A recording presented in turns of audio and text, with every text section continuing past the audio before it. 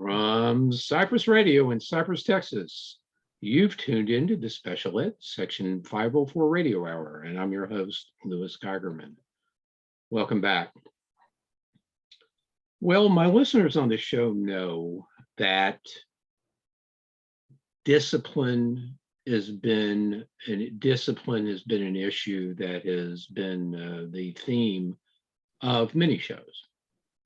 Most recently, I did an interview with Dr. Ross Green. And what Dr. Green and I talked about, and Sandra Kaplan was in on that too, what we talked about was how, the dangers effectively of restraint and seclusion and how it's overused and how it doesn't help. In fact, anybody wants to go back and look at that interview, it's on my YouTube channel at Sped Radio. I recommend you all do that. Very enlightening. But in that same vein, I want to talk to, we have an individual that really is similarly out to eradicate restraint and seclusion. That's Juliet Hazney. And she's a graduate of Boston College. Boy, you didn't have to go far from COPA, to go to that conference now, did you? And George Mason University School of Law. Earlier in her career, Ms. Hazney litigated civil and criminal cases in federal and state courts. 2013, she founded her law firm, the J.D. Hazney PLLC, based in Arlington, VA. In 2013, she's been a special education disability rights attorney for 10 years, representing families in public and private educational settings through preschool through post-secondary. In 2021 and 2019, she was recognized by her legal partners as a top schools and education attorney in Arlington Magazine. Congratulations. She has appeared many times on TV and radio, TV programs in Virginia and the DC metropolitan areas, including Scoop with Catherine Reed, the Kojo Namande, did I spell that right? Namande? Kojo Namde. Okay. On WAMU, National Public Radio, Virginia Public Media, and WMAL, I know WMAL, radio to discuss civil rights issues affecting children. She has worked extensively on public policy and state legislation in Virginia. In 2016, she drafted and obtained passage of the Virginia Code Section 16.1-274.2, which is an evidentiary law that protects students from being criminalized for being disabled. My God, I get so many cases like that. I'm filing one on Monday on this very same thing that just irks me to death. I don't even want to go there, but trust me, that's what I find a lot of my practice doing. Model recommendations on restraint and seclusion for Virginia Public Schools divisions, and the author of What to Do When Trauma Manifests at School, published by the Organization for Autism Research. Juliet Hazney. Yes. Welcome to the Special Ed Section 504 Radio Hour. Thank you so much. What a pleasure to be here with you. Fantastic. We had met over at the COPA conference here recently in Boston, and he said, "Hey, why don't we do an interview?" And I said, "Why not?" And so, let's start this off. Let's start our audience off with an issue of what dangers. Let's talk about restraint and how that is dangerous, and how that is something that we need to eliminate. Mm-hmm. Sure, I'd be happy to. So restraint and seclusion, I like to take them separately, right? Both of them, though, really are about losing control over your own body and losing your autonomy and your agency. So this is one reason why it is so incredibly terrifying and has such a huge psychological and mental health impact on children, because it would also have that impact on adults, but adults are better able to advocate for themselves, communicate, and protect themselves, quite honestly. So, I have researched this issue quite a bit, have looked at a lot of the background, including the very old investigation that came out of, what was the newspaper that published that? Way back when, was it the Current? Anyway, they did a series on restraint and seclusion in the hospital setting and discovered that there were rafts of, deaths all over the country and injuries, and it just wasn't being reported. And of course, that's an institutional setting it was focused on adults, but somehow these procedures made their way into our public schools and to a lesser degree into our private schools. And they do have psychological and physical impacts on students that are really extreme at times. They tend to escalate behaviors, and they cause them to end up in more restrictive settings. It does cause death. We had a death involving a restraint in Virginia in a school in the Leesburg area a few years back.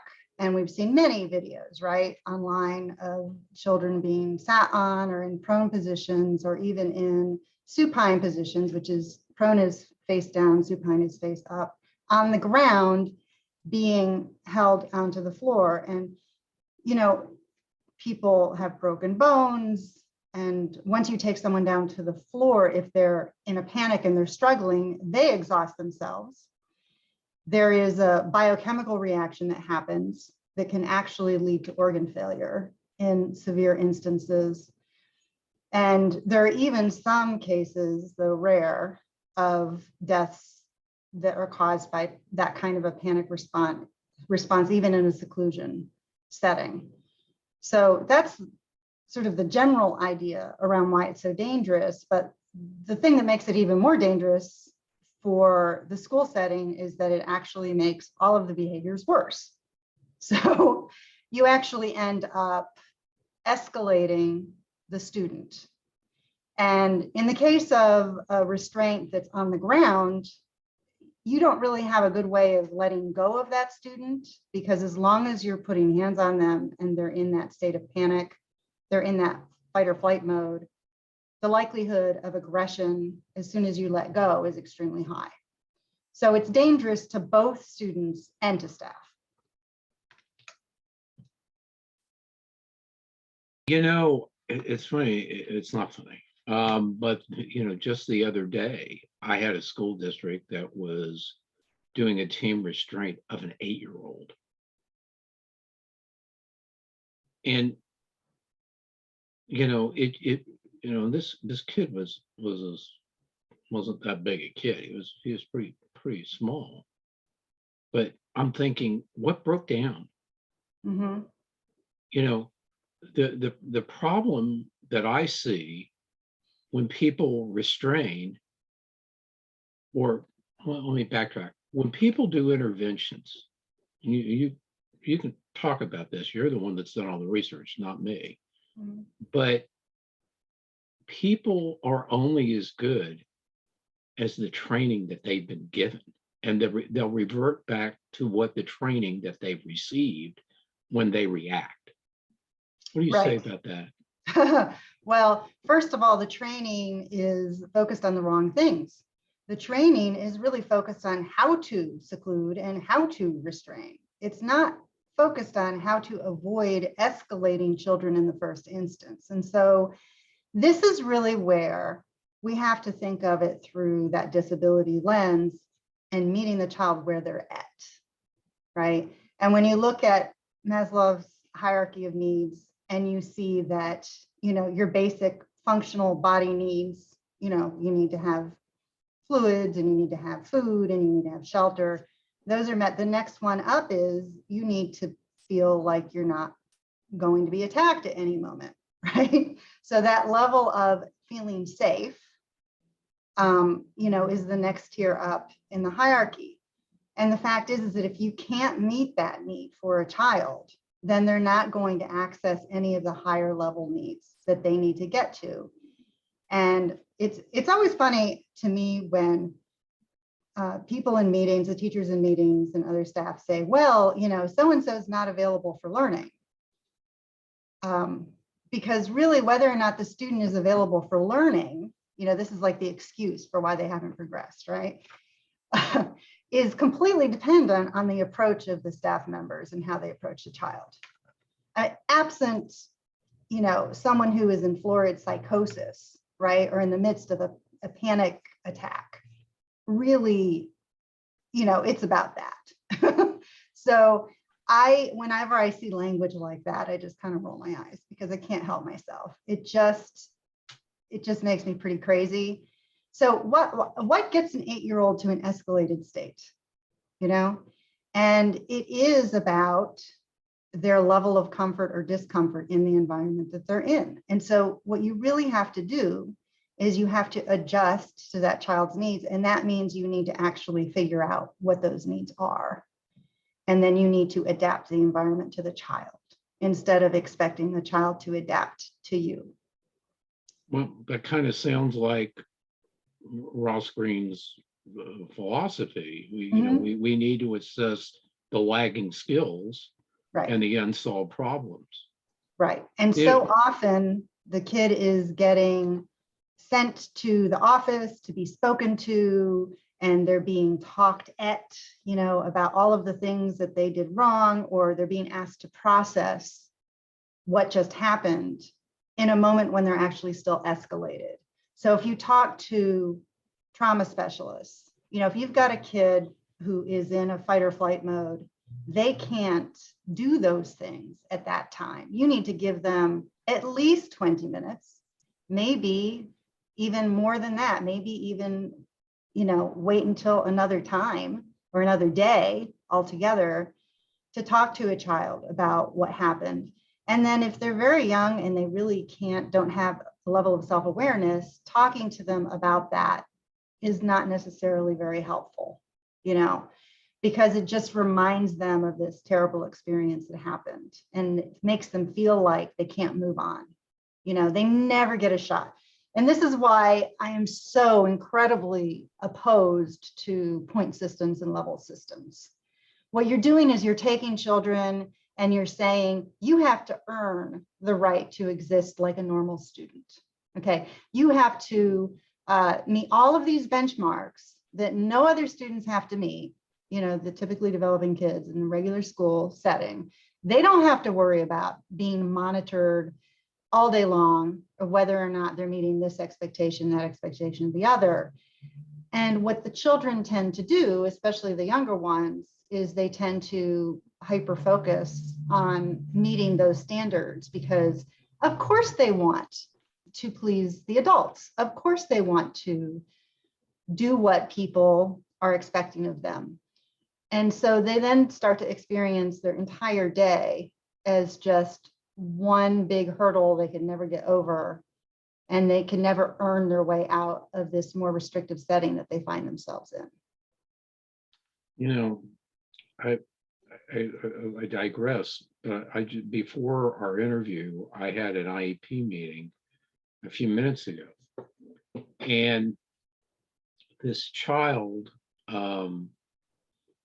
well, problems were coming about in second. Well, really, I guess we had problems in third grade, and then they started fourth grade, and I said, you know, look. I mean, they were restraining the kid. He had all of these suspensions. Mm-hmm.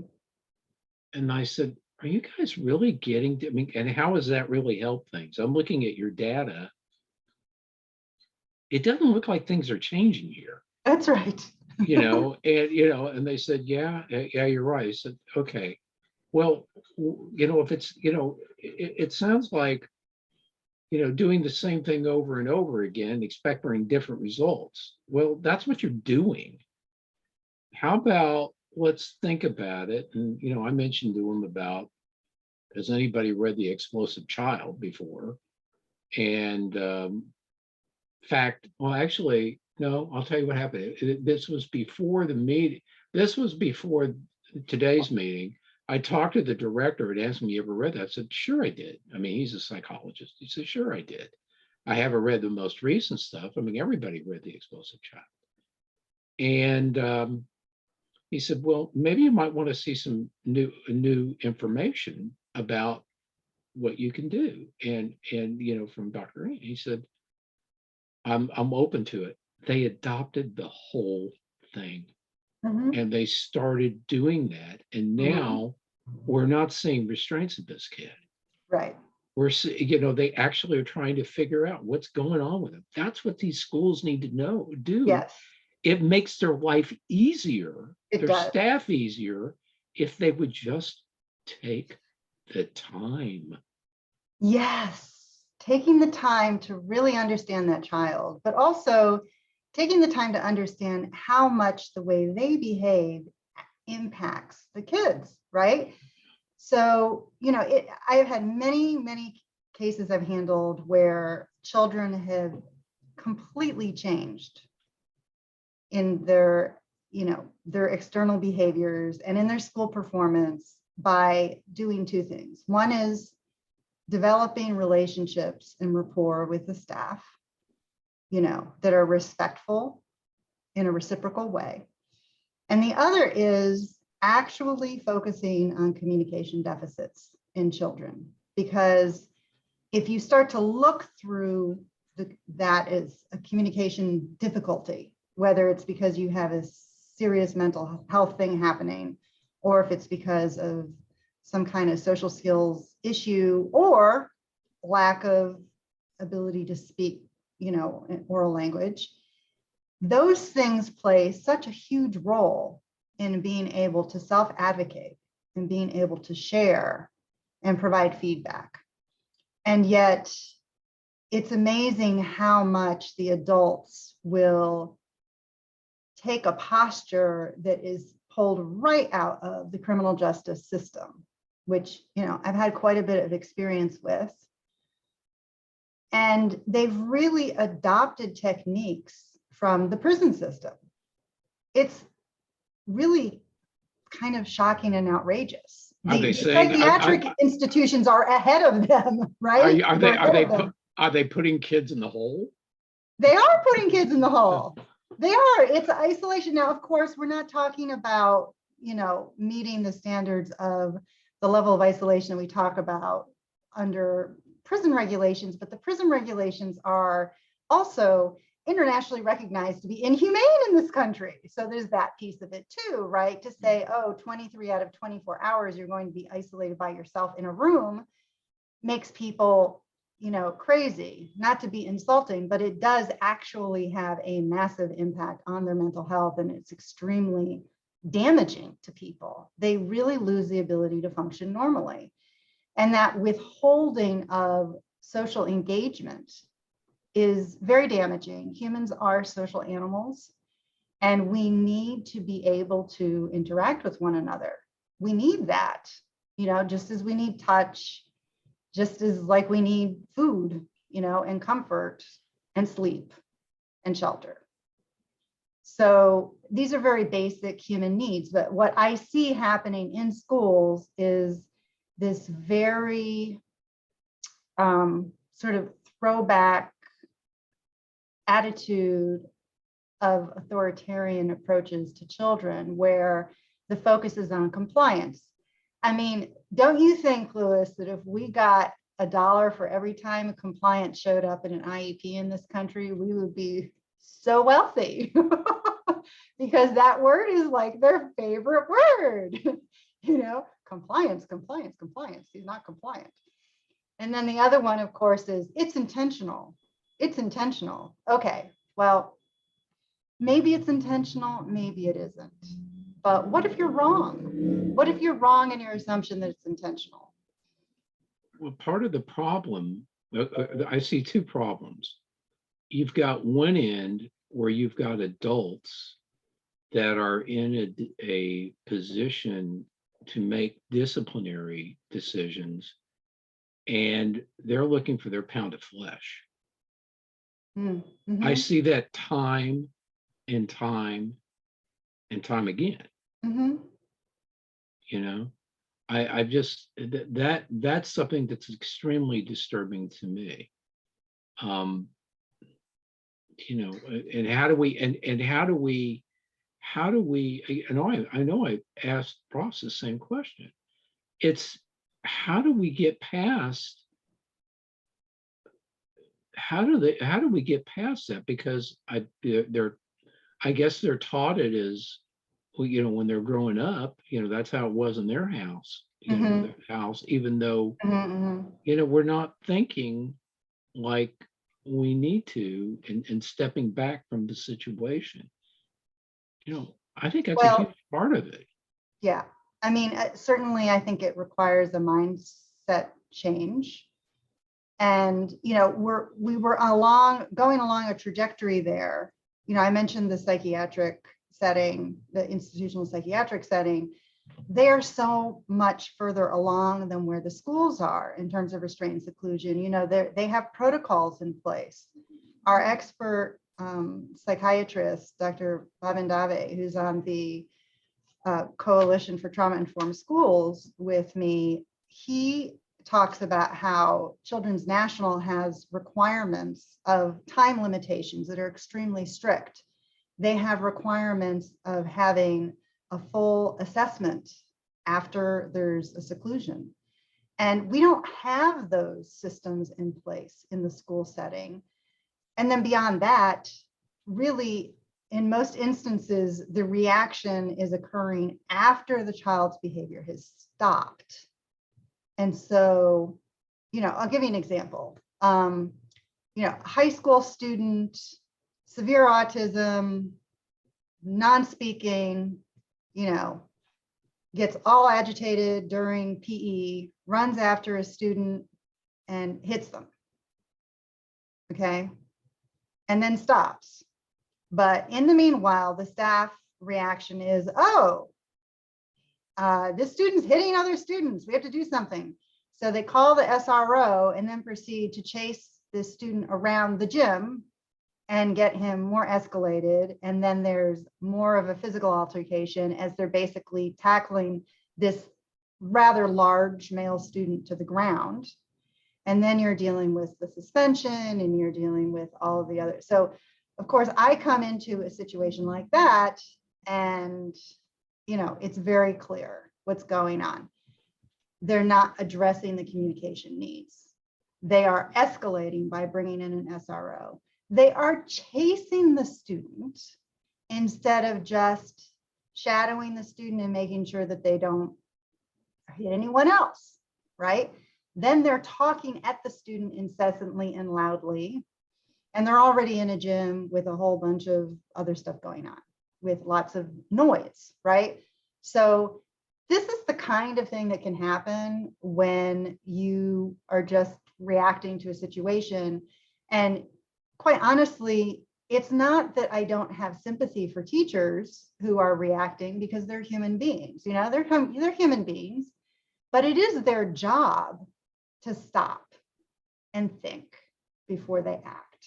That is actually their job, to do that. And oftentimes that's not happening. Oh my God. I mean, this is really freaking me out because I'll tell you why. Because Okay. today we were drafting a due process complaint Mm, on an SRO that was sitting next to this kid.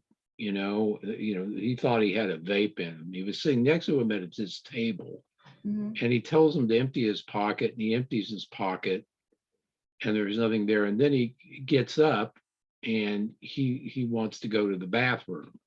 Okay, and so in a cafeteria, a loud cafeteria, he calls him out, and he yells at him. The kid continues, and one thing I forgot.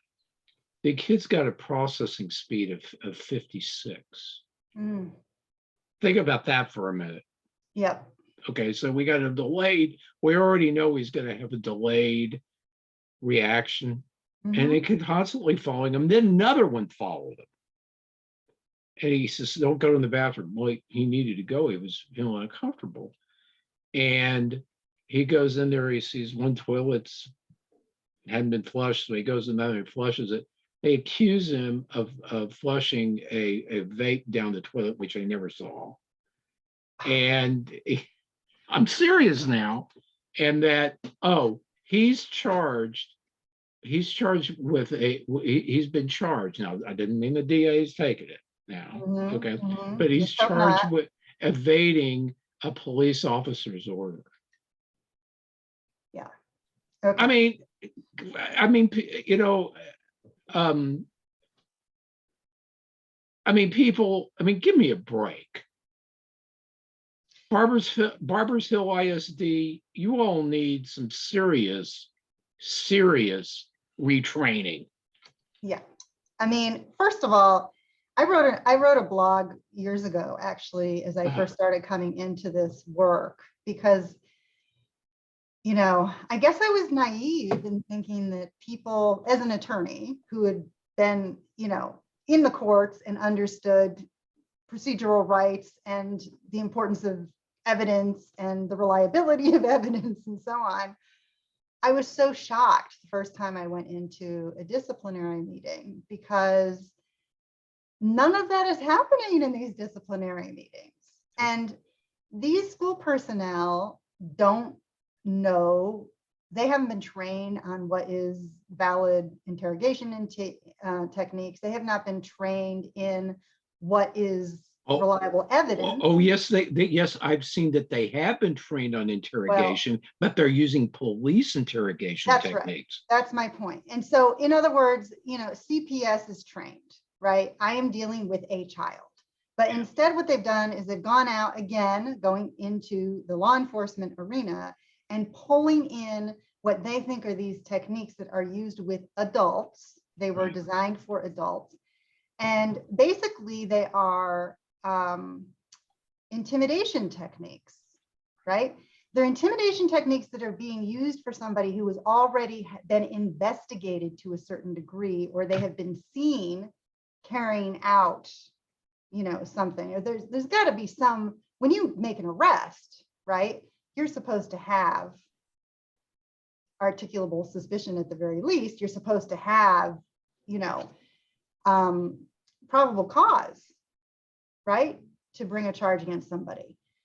That doesn't happen in the school setting. What happens in the school setting is they go fishing, you know? So, and also kids don't like to get in trouble. So they may make stuff up, you know? Some kids want to pin it on somebody else and they'll make stuff up about somebody else. And there's really no, it seems to me that there's really no filter there of sort of thinking, is this information reliable before they move forward, right? And then, of course, we put the disability lens over the top of that, and it gets just 10 times worse.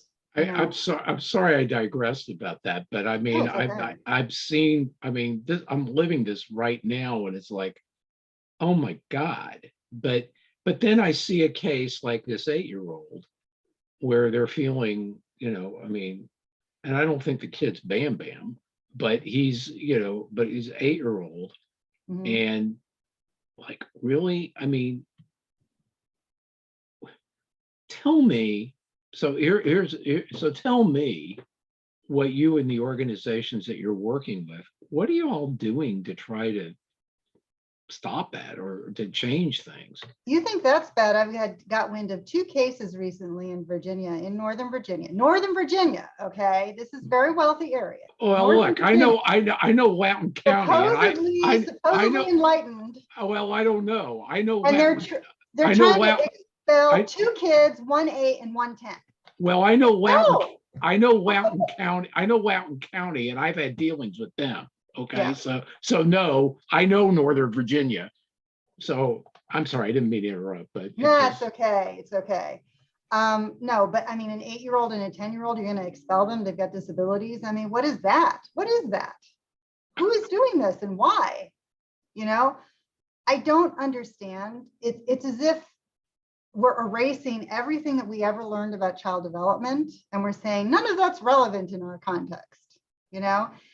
And actually, it seems to me that we expect more out of children in terms of their behavioral control than we expect out of adults in the workplace. I think part of that is, all right, so who's making the rules in the school district? Who's making the rules with the code of conducts? It's the board of trustees. Right. The board of trustees, people need to reach the board of trustees and tell them how things need to be. People need to reach the board of trustees and said, do we really need to have SROs in the school all the time? I mean, I understand people are concerned about school shootings and all. I get that. But on the other hand, when we got these school trustees that these we've got these board just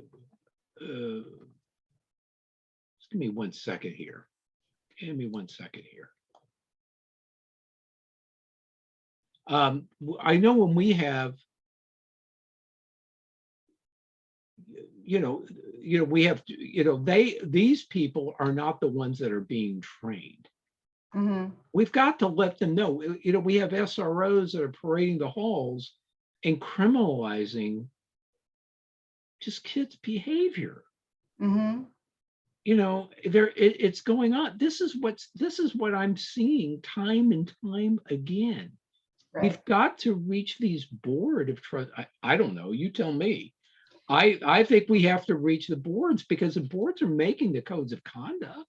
Yeah, and if they're elected boards, then that's about changing who gets elected, right? But I also think that the boards sometimes do respond, and that is an avenue of addressing this. So for example, here locally where I am, in Arlington County, the public schools, the school board did actually pull the SROs out of the buildings. Now, that doesn't mean we don't have assigned school resource officers, who of course are police officers.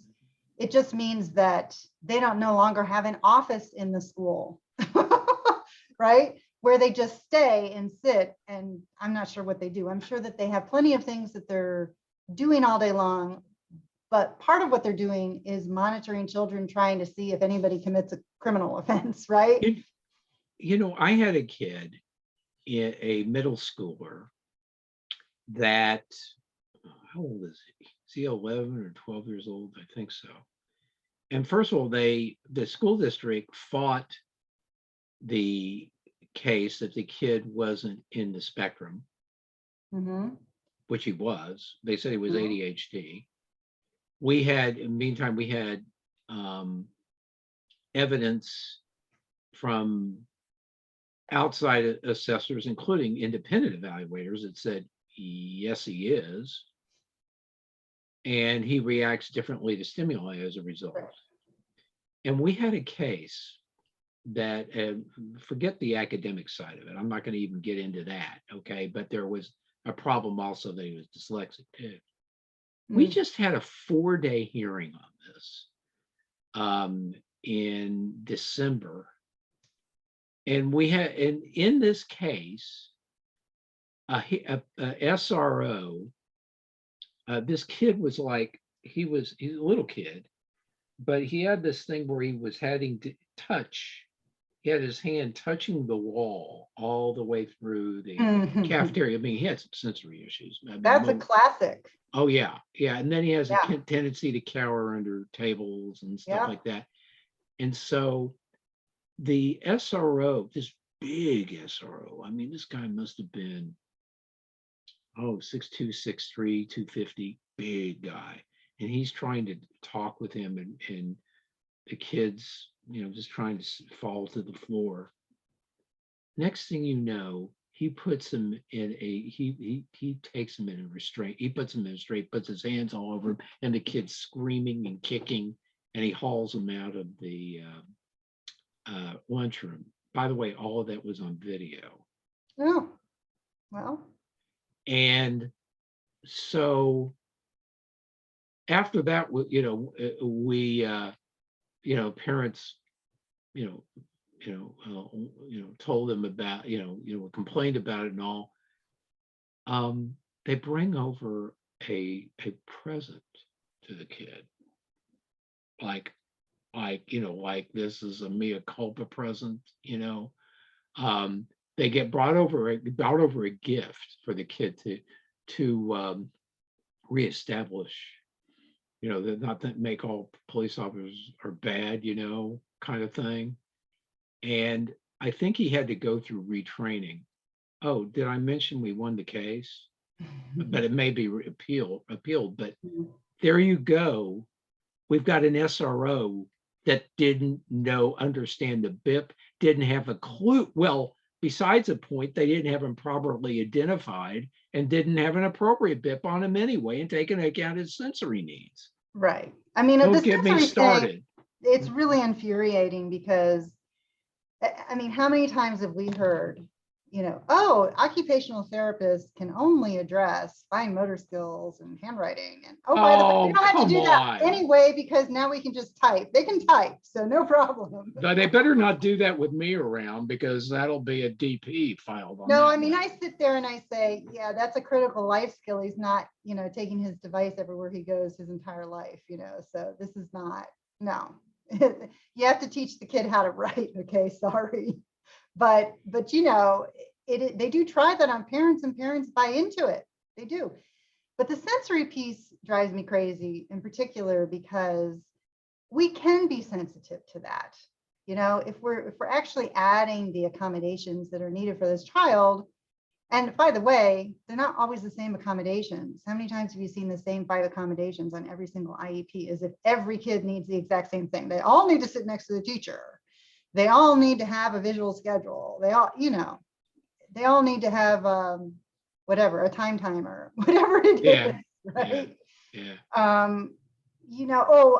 Small group testing. They all need small group testing. Well, guess what? That's not really true.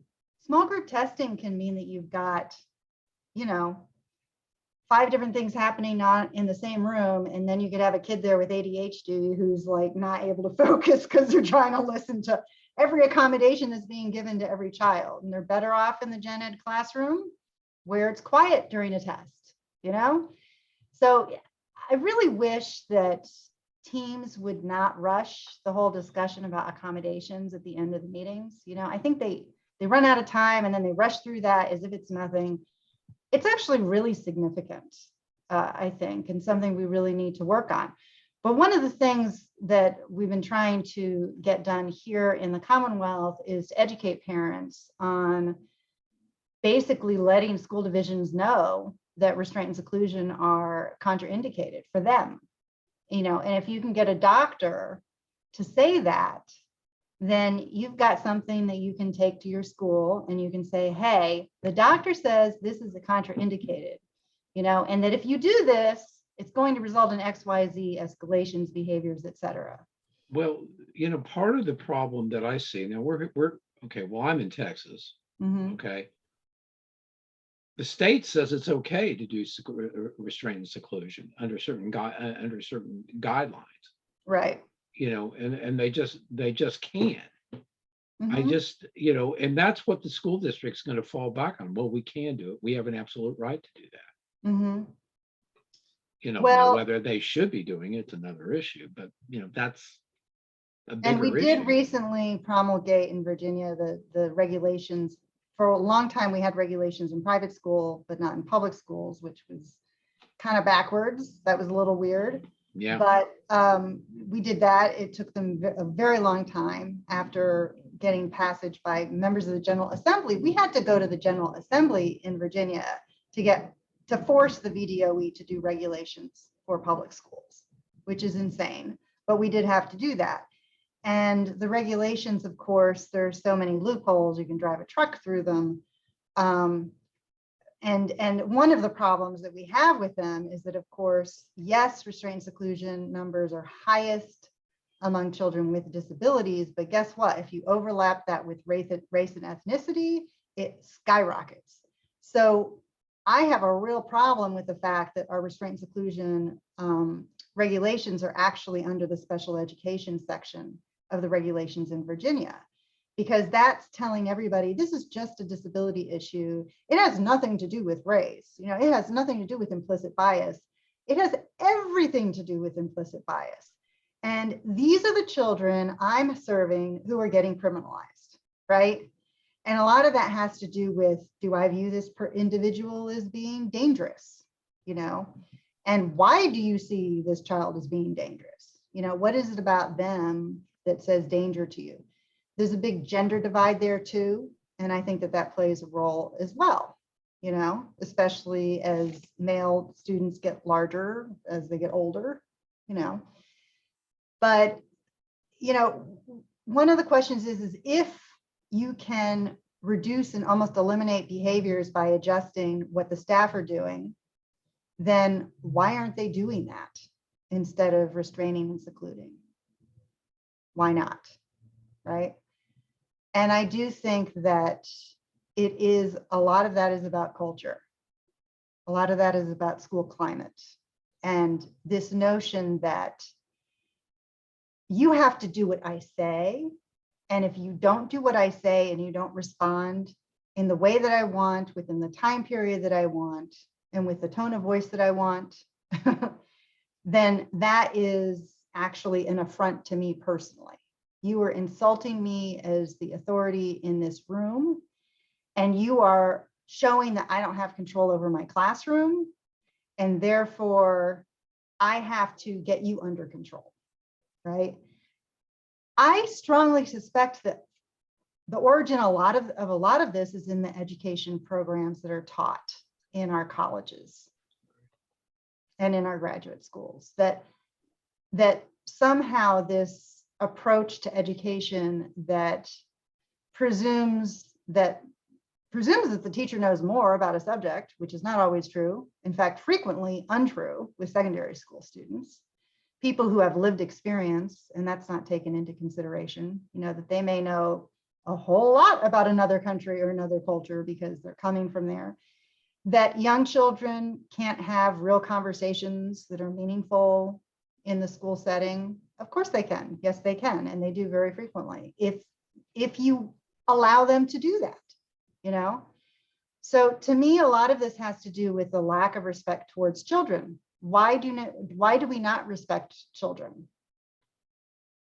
I don't know. Do you have an idea of why we don't respect children? I don't get it. I don't get that. I feel like, you know, we don't find adults don't want to find our, you know, we're supposed to know more. We're supposed to have more experience. And for us to guide them, we have to show that we know more and that we are more and we're more powerful and more knowledgeable. And that's how that is. I mean, as an adjunct to that, so we're dealing with that the kids aren't respected. Mhm. The other part of it is that if we look at classic behavior, Mhm. which we have in the schools, functions of the behavior can be very, very limited. And we get ourselves trapped in, oh, well, a kid's trying to avoid something, Oh, is sensory seeking. And do you get my real? yes, yes. It has no meaning. It's just a Why don't you glib statement. why don't you address that? Because I will. that's part of it, because Oh yeah. we're limited. They're limited to what the functions are, which Right. may have no bearing to what really the lagging skill actually is, or the problem that the child has. Right. So, you know, one thing someone told me once is that when you have training, people only retain 10% of what they learned, and then they may not retain it accurately. Okay. So that's one thing to remember, right? Right. But you're talking about behaviorism, you're talking about Skinner-based behaviorism, right? Right. Which basically kind of is the notion that you can actually get a person to adapt how they act by giving them inputs of one kind or another, either positive reinforcements or negative reinforcements, and controlling their environment in that way. And what's really strange about it, you know, I'm not a BCBA. I haven't been through the kind of training that behavior specialists go through.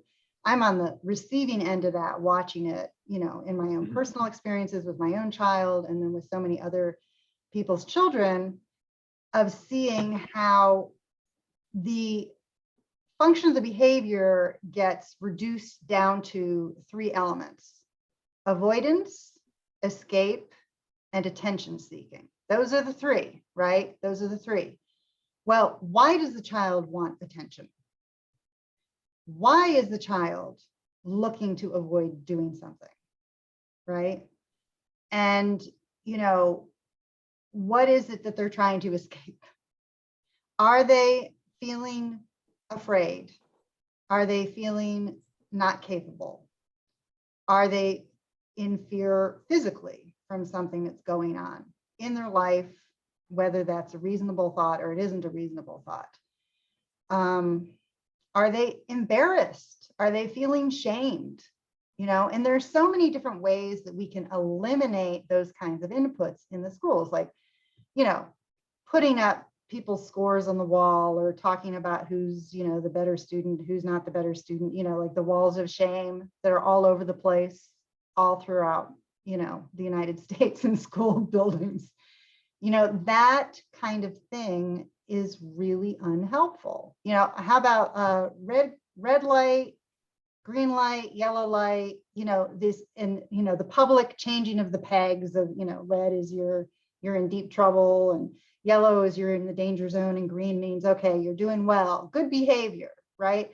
That constant feeling of monitoring that, and knowing, not only am I being told that I'm in the danger zone or I'm doing the wrong thing, I'm going to get in trouble, but everybody in the room knows it too. And sometimes everyone in the school knows it. So what is it that we are doing that is making that child behave that way? Sometimes it's medical, Lewis. I mean, I can't tell you how many times I have worked with families where there is a significant medical issue. The child is either in pain, not sleeping, they may have a communication disorder, so they can't self-advocate, they can't communicate how they're feeling, they may not even know how to recognize pain in their own bodies, and they're certainly not communicating it to others, okay, for whatever reason.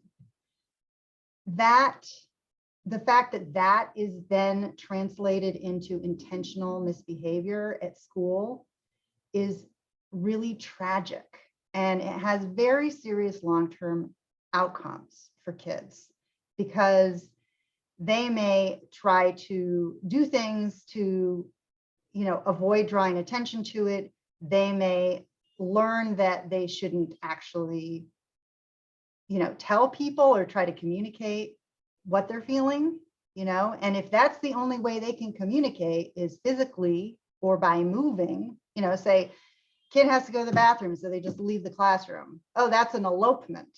They must have been avoiding something. No, they needed to use the toilet. Okay, so can we have some common sense in trying to figure this out? But I will say parents need to communicate. If there is a medical issue going on, you have to figure it out. You have to get to the bottom of it. You have to pursue the specialist, and you got to communicate with the school. Because if you don't, and you don't document it, you don't get it into, a medical plan and go through the clinic and then share it with the entire IEP team and then add it as an accommodation to the IEP, then you are at risk of the team thinking that your child is misbehaving, not because they're ill, but because of some other thing that they concocted as part of their, behavioral assessment. And the behavioral assessments are just not detailed enough. I mean, I've never gone into a meeting where they're designing an FBA where I felt like it had enough detail. You need to know who, where, when, what they're doing, who's around them, if, some peer is triggering them for one reason or another. You need a lot of detail in order to figure out why children are reacting the way they're reacting. And then that's the only way you can find the patterns. So I do a lot of that kind of work. Mm-hmm. I hate to digress again, but this case that I'm filing on Monday, in the behavior intervention plan, it says that the student has a tendency to elope, which he did when he went to the bathroom, and B, he basically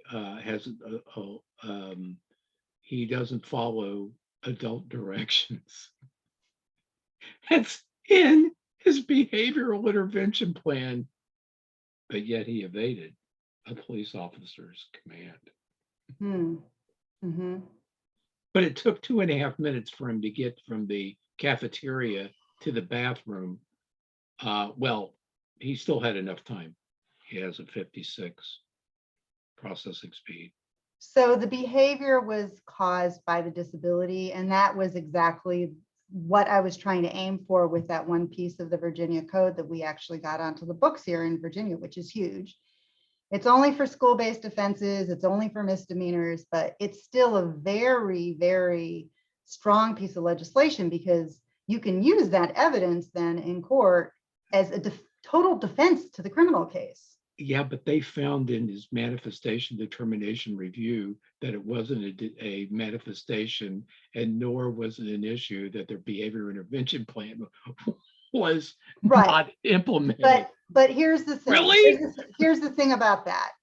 This piece of legislation does not refer to that because I was afraid when I was drafting it that if we mentioned the manifestation determination reviews, that would be open and shut. They wouldn't look any deeper into the evidence that was in the record, right? Yeah. And we have this perverse incentive in schools where you go to the manifestation determination review. If they want that kid out of that school and they want them in an alternative school or a more restrictive setting, or they want to expel them because they just don't want to deal with them anymore, they have a perverse incentive to say, no, this is not disability related. Why?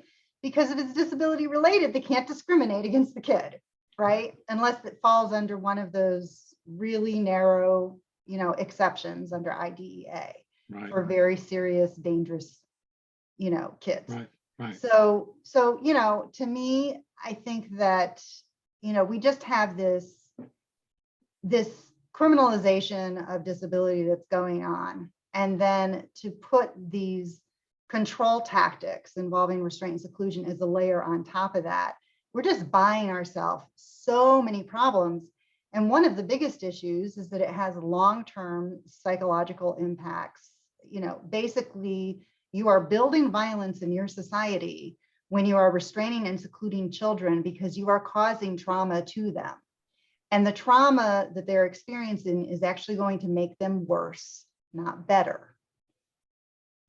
I had a couple of students that were put into the seclusion room, and when they were put in there, and also under the law, they have to be able to get out, be able to leave that room on their own when they need to. But no, they basically only one way from the outside can they get. They can't get in if you're in the inside. Mm-hmm. But the kid, I know two kids that totally disrobed in that room when they were put in seclusion rooms. They strip down, they urinate and defecate. It is, we talk about that actually. The Coalition for Trauma-Informed Schools talks about that in our recommendations on restraint and seclusion. We believe that is really something that you see very commonly with young children. And it's because they have lost all control. And the only control that they can exercise at that point is that kind of thing. But it's also the fear, for some children, it's a fear response, right? It's a fear response. So you can see lots of what people would normally call very outlandish behavior in very young children who don't have any way of controlling their environment and they are in a panic. So that's a classic. The urinating, the defecating, the stripping off of clothes. It's a very common response in young children who are being secluded. And that just tells you how incredibly terrified they are. For sure. So, okay. So tell me what we're doing in raising consciousness with legislatures on the national scene. What are we doing about that? And then as part of that, what can parents do about it? Well, anytime you see red flags as a parent, I'll take that one first. You really need to hunt down the information until you have it. Why are you seeing all of a sudden in the morning your kid is refusing to go to school? Your kid's begging you not to go to school. Your kid's fighting, punching, hitting you, running away to keep from going to school. Guess what? If your kid is doing that, there is something seriously wrong. And it might be the bus driver, it could be a peer, it could be the school environment. And yes, it could be restraint and seclusion, because let me tell you, I see it all the time. Give me a kid with school refusal, I'm going to find a restraint and seclusion in there 75, 80% of the time. Okay. It's a very high risk. Take your kid to the doctor. Okay. Take your kid to the therapist. If the kid has been physically restrained, they probably need both. If they've been secluded, even though they might not have any physical injuries that have to be assessed, and they might, because they may head bang, okay, in a seclusion room, take your kid to a therapist, psychiatrist, child psychiatrist, and get them assessed, okay? Have a third party look at that, because you don't have that clinical expertise, they do. And you need to be documenting it and make sure that you have all the information in the record that you need, because you may need to get, you may need to be able to show that this happened and what the injuries were. Trauma assessments. I can't emphasize that enough.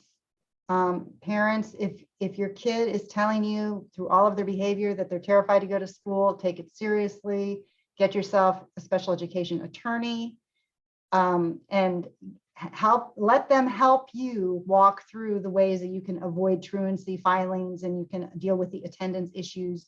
You do not want to force your child to go back into a school where they are in fear for their lives and their well-being. There are some, you can, some advocates can certainly help with that as well. Absolutely, in setting it up. I frankly do that all the time. I'm sure you do, Louis. I think that there's a different level of training depending on your lay person. So, I mean, I do think that you want someone who's either extremely experienced in this arena, agreed, or an attorney, because someone who's hasn't been dealing with this level of severity of situation, it may not be equipped to handle that. I got to tell you something real quick, because we only got a few minutes left. I'm actually working on a case right now where they've had a kid, and I believe this or not, you talk about restraints. This kid was put in a Riften chair for 75% of his day. Yeah. And that's currently, by the way, that's currently being litigated. I can imagine. Well, sometimes you got to make lemonade out of lemons, right? I once found a documented mechanical restraint and we ended up getting a private tape placement. So, hey, sometimes it operates to your benefit, but not usually. Yeah. Well, this district is playing the Sergeant Schultz response. I see nothing, I hear nothing, but we have witnesses. Anyway, I'm sorry to digress. No, it's okay. It's absolutely okay. Yes, that there are many cases like that, and I know that there are some excellent lay advocates across the country, and you're obviously one of them. We have. What do we do more broadly as a society? Right. Well, we need to support federal legislation. Well, COPA, I know that COPA and I know Ross Green's involved with it and others.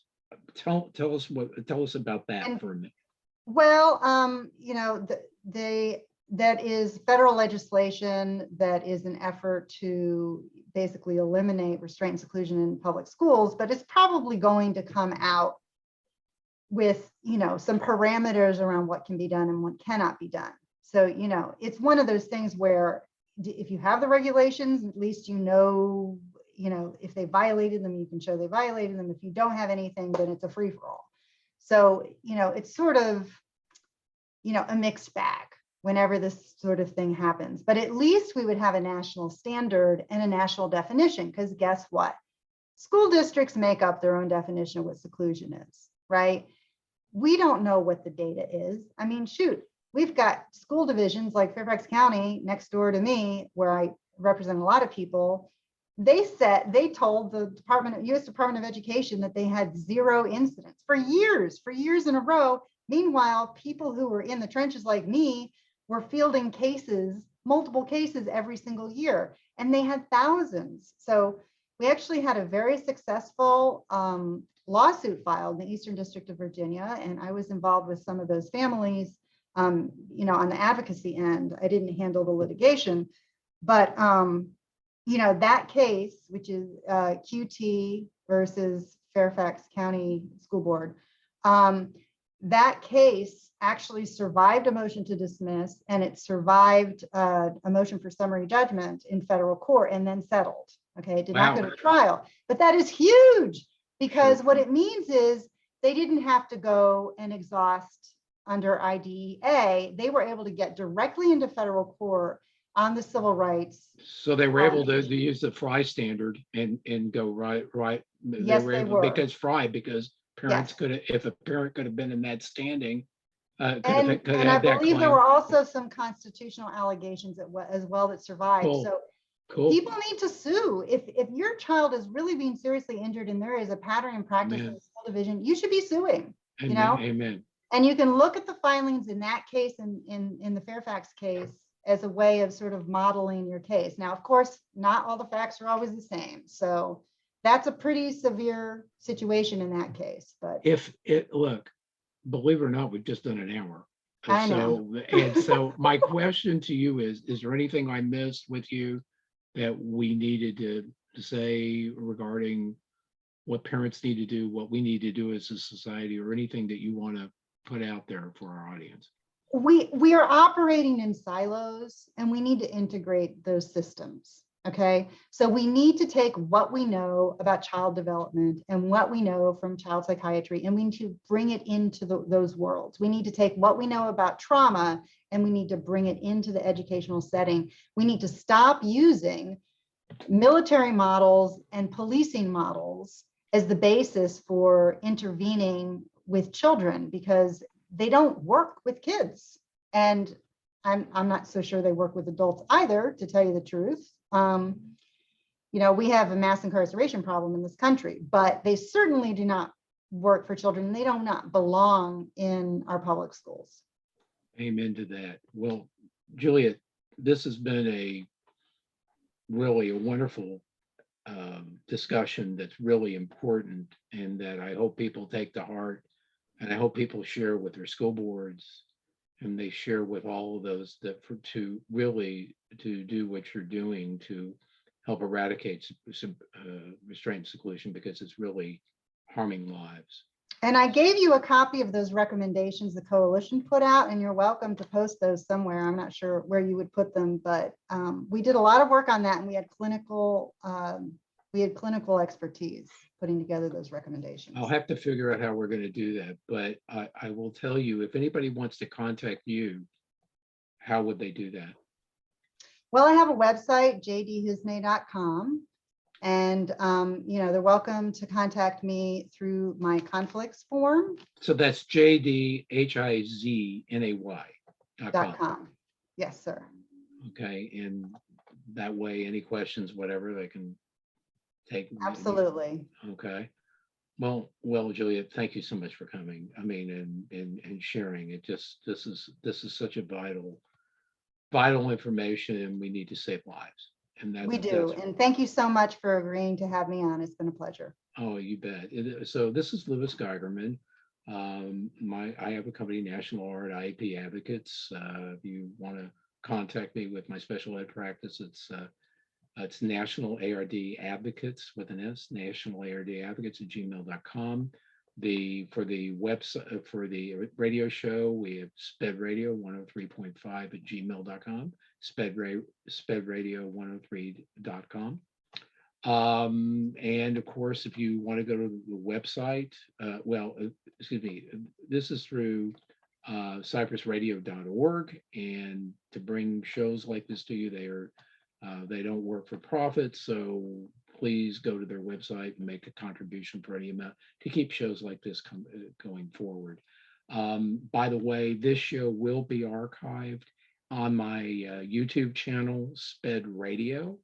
So you go to Sped Radio and you can see this show and some others, and anytime, and feel free to share. Once again, I want to thank my guest, Juliet Hazney, for coming to the show. I'll see you on the radio and the internet. Have a great day. Thank you so much.